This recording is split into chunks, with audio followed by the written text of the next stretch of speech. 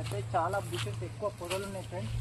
ఇప్పుడు ఏ పొదలల్లో ఏ నుంచి ఎక్కడ అడవి పందులు వచ్చే తెలియదు, ఎలుగుబంట్లు ఉండే తెలియదు. చాలా జంతువులు అయితే ఈ అడవి లోపల అయితే ఉంటాయి. ఏ టైంలో ఏది ఎట్లా అటాక్ చేసే తెలియదు, ఏ టైంలో ఏ సందర్భంలో ఏది ఎలా వచ్చేది తెలియదు.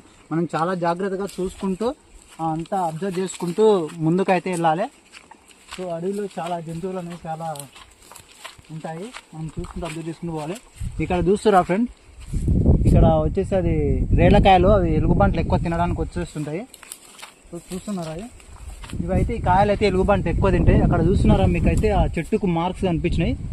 ఆ చెట్టుకు అయితే ఎలుగుబంటి గోర్లు అయితే అచ్చులు పడ్డాయి. సో ఈ చెట్టు దగ్గరికి అయితే వచ్చి ఎలుగుబంటి ఎక్కువ వచ్చి చెట్టును ఎక్కేసి డైరెక్ట్గా తినేస్తాయి అన్నమాట. సో మనం జాగ్రత్తగా ఆచి చూచి అడుగు చేయాలన్నమాట. చాలా జాగ్రత్తగా చూసుకుంటే చాలు.